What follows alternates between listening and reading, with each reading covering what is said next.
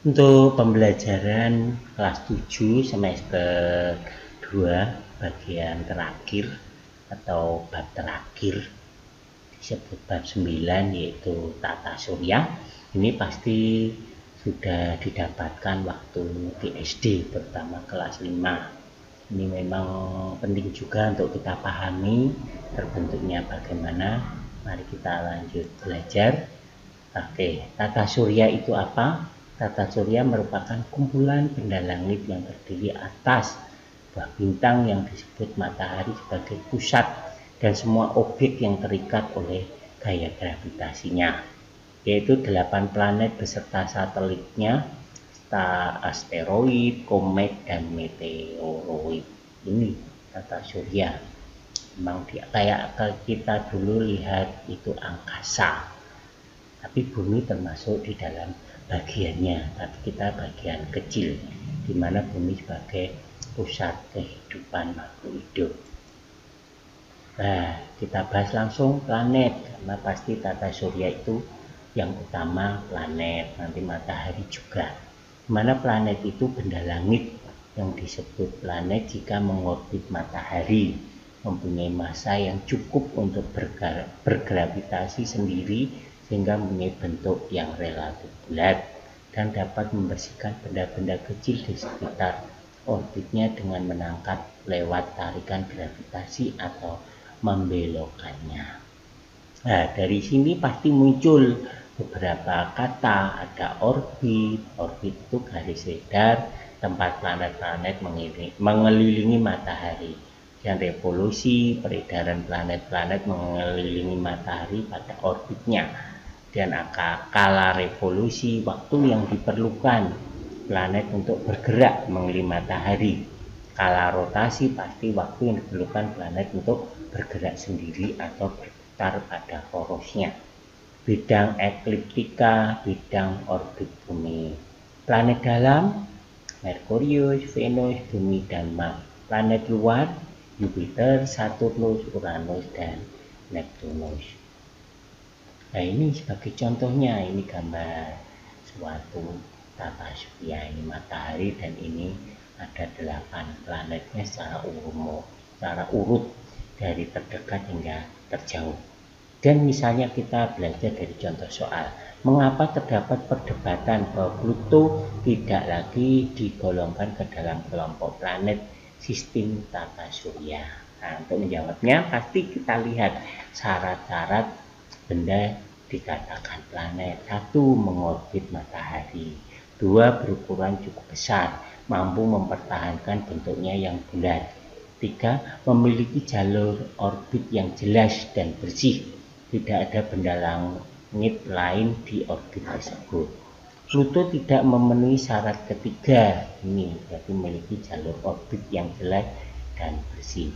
Orbit Pluto memotong orbit Neptunus. Nah, ini bahaya, hingga Pluto tidak masuk sebagai planet ke-9. Kemudian pasti planet ada satelit.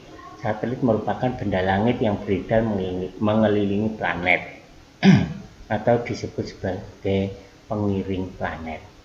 Itu ada berapa satelit yang kalian ketahui? Terdapat 146 satelit alami di dalam tata surya.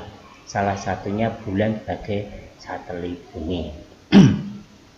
Saturnus memiliki 53 satelit, Jupiter memiliki 50 satelit, Uranus memiliki 27 satelit, Mars memiliki 2 satelit, dan Neptunus memiliki 13 satelit. Nah, ini nanti bisa dipelajari di internet atau buku-buku yang membahas tentang tata surya. Lanjut, kemudian asteroid atau planetoid. Asteroid merupakan planet-planet kecil yang jumlahnya puluhan ribu dan mengorbit mengelilingi matahari juga. Letak orbitnya sejajar dengan ekliptika bumi dan terletak di antara orbit Mars dan Jupiter. Tuh, contohnya asteroid Icarus, Ceres, Pallas, Juno, dan Vesta.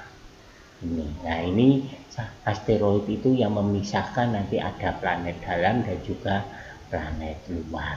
sebagai pembatas asteroid.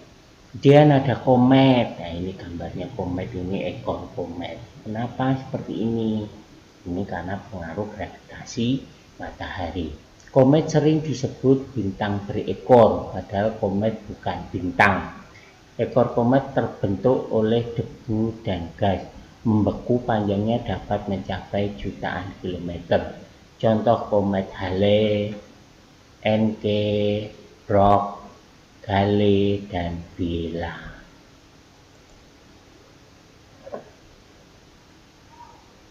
Kemudian lanjut meteoroid.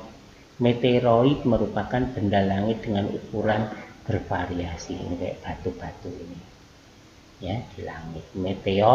Meteoroid yang jatuh ke bumi dan terbakar, berarti habis oleh atmosfer bumi. Kalau meteorit, bagian meteor yang sampai ke permukaan bumi, berarti sisa pembakaran di atmosfer sehingga dia jatuh di permukaan bumi. Meteorit ada yang berukuran sangat besar dan bermassa puluhan ton, tapi kalau sampai di permukaan bumi tinggal kecil karena terbakar oleh atmosfer bumi. Kita lanjut, bumi dan bulan mengelilingi matahari ini. Ini matahari, ini bumi, nanti bulannya di sekitar sini ada. Rotasi bumi menyebabkan terjadinya siang dan malam. Bagian bumi yang terkena sinar matahari akan mengalami waktu siang. Poros bumi miring sebesar 23,5 derajat terhadap ekliptika. 1 bulan sideris skala revolusi bulan selama 27,3 hari. 1 bulan sinodis skala revolusi bulan selama 29,53 hari. Kemudian pengaruh radiasi matahari terhadap kehidupan bumi. Kedudukan matahari terhadap suatu wilayah sangat mempengaruhi cuaca atau iklim di wilayah itu. Ketika matahari aktif meningkatkan radiasinya, maka akan mempengaruhi jumlah energi matahari yang sampai ke bumi. Medan magnetik sekitar bumi dan jumlah partikel bermuatan yang dipancarkan matahari juga dapat mengubah intensitas sinar kosmik yang sampai ke bumi. Pemanasan di siang hari dan pendinginan di malam hari.